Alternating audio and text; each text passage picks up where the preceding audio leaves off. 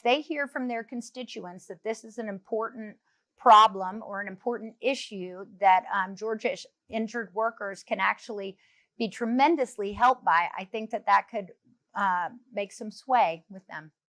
Is workers' comp in Georgia fundamentally different from other states? We're going to talk to attorney Sarah Stottlemyer about that on today's Ask the Lawyer. Sarah, thanks for joining us. Thank you for having me. So first up, tell us about your law firm and practice areas, including your work with people who have been hurt on the job in Georgia.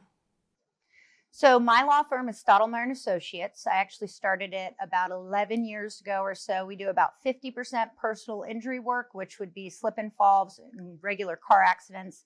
And then we do about 50% workers' compensation. Can you tell me a little bit about how workers' comp payments are calculated in Georgia, and what are PPD benefits and how are they calculated? Workers' comp benefits are based on your 13 weeks, which actually constitutes your average weekly wage. So it's the 13 weeks of your earnings prior to your work-related accident. In Georgia, we have a maximum compensation rate of $7.25 per week. So for a lot of the higher wage earners, it's very upsetting to have their income benefits cut that much when they suffer a work-related injury. PPD is actually called permanent partial disability benefits, and that's when you reach what's called maximum medical improvement. Your authorized treating physician will assign a permanent impairment rating based on how much your body is actually physically changed as a result of the work-related injury. So I also do a lot of mediations for injured parties and attorneys. And the way that I explain it to those injured workers is if I were to break my wrist and put on a cast, and then 6 weeks later I take it off, my body really hasn't changed, right? The bones have kind of gone back together. However, if I break my wrist and it's a compound fracture where the bones have gone through the muscle and the tissue and the skin and they have to put in plates and screws, then your body's actually physically changed as a result of that work-related injury. So that's when you would be entitled to a permanent impairment rating, which would result in payments for permanent partial disability benefits. So are wages indexed in Georgia for these calculations? Unfortunately, we are one of only 2 states in the entire country that does not index the temporary total disability rate to the state's average weekly wage. What that means is you should be getting 2/3 of the state's average weekly wage as set by the Department of Labor. The only other state that doesn't do it is Indiana, but their legislature comes in unilaterally at the beginning of every session and raises it automatically to the 2/3 state average weekly wage. Unfortunately, in Georgia, percentage-wise of the state's average weekly wage, we have the lowest compensation rate in the entire country in comparison to what the state's average weekly wage should be, and then the resulting temporary total disability benefits. So why do you think Georgia is like this? Unfortunately, it's a political football, as I like to call it, every year. So I'm the president of the Workers' Comp Claimants Attorneys Bar for the entire state of Georgia. And so we work on a lot of legislative changes. I'm trying to lobby our legislatures to go in and actually do the indexing, because every time we have in Georgia what's called the Chairman's Advisory Committee. So the chairman of the State Board of Workers' Compensation is appointed by the governor. And then he has what's called an advisory committee. So my law partner, Rebecca, is on the legislative committee. She's the only female and one of the very few plaintiffs' attorneys on that section of the advisory committee. But when we're trying to make changes to Georgia workers' compensation law, all of the stakeholders in the state come together, and then they kind of go back and forth about who's going to give what and who's going to concede on what issues.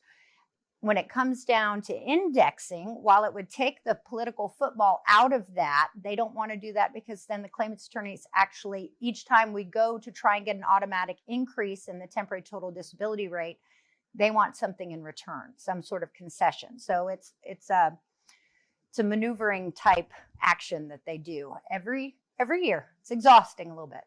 I'm sure it all comes down to politics. What is the maximum weekly indemnity rate?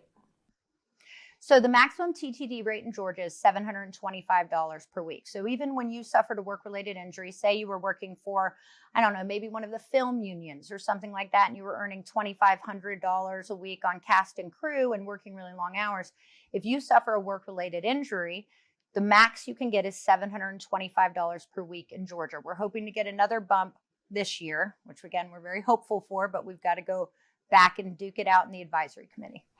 And Sarah, why would somebody want to have their wages indexed? It basically, again, because it takes the political maneuvering out of the scenario. So injured workers then wouldn't have to, give up something or concede on something if that was just automatically indexed. It only affects the state's highest earners whenever they suffer a work-related injury. So it's not going to, some of the thoughts that have been floated across, well, it could cripple the whole system. Well, that's actually not true because it doesn't affect anybody that is already in the system. It only affects those that suffer a work-related injury from that point in time forward. That's the max amount they can get. Those injured workers are also the least likely to be interested in staying in the system because they can't pay their bills, earning whatever pittance that the weekly rate is set at for temporary total disability based on what they were earning prior to their work-related accident. So I've had a lot of clients who have ended up, foreclosing on homes or being arrested because they can't pay child support or not being able to pay their car payments, things like that. It's a really rough system, especially for the highest wage earners. So indexing the state's temporary total disability rate to the average weekly wage of the set forth in Georgia would be a huge benefit to those injured workers that are the top wage earners in the state. And you and your firm have actually been doing some work to try to change this indexing system. Can you tell me a little bit about that?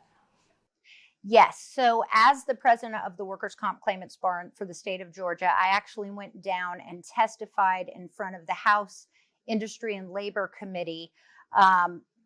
I would probably say about 2 months ago when we were discussing indexing. So I went down trying to lobby our lawmakers and provide instances of why this would be so beneficial for workers that suffer work-related injuries in Georgia that are those, again, very few top wage earners.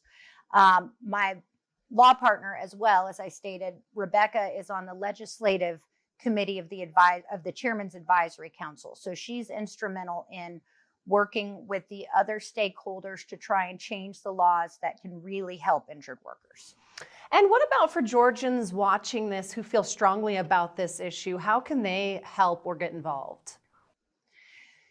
I would say honestly, and it just may sound very old school, but I think to lobby your actual state reps would be huge. If you can, now you can shoot an email. You don't actually have to break out pen and paper and mail it off with a stamp and put it at the post office. But sending an email, if they hear from their constituents that this is an important problem or an important issue that Georgia injured workers can actually be tremendously helped by, I think that could make some sway with them. All right, Sarah, thank you for taking the time to talk to us. It's nice to see you. Thank you. Great seeing you too. Happy New Year. Happy New Year. And that's going to do it for this episode of Ask the Lawyer. My guest has been Sarah Stottlemyer. If you want to ask Sarah about your situation, you can call the number on the screen. Thanks for watching. I'm Molly Hendrickson for Ask the Lawyers.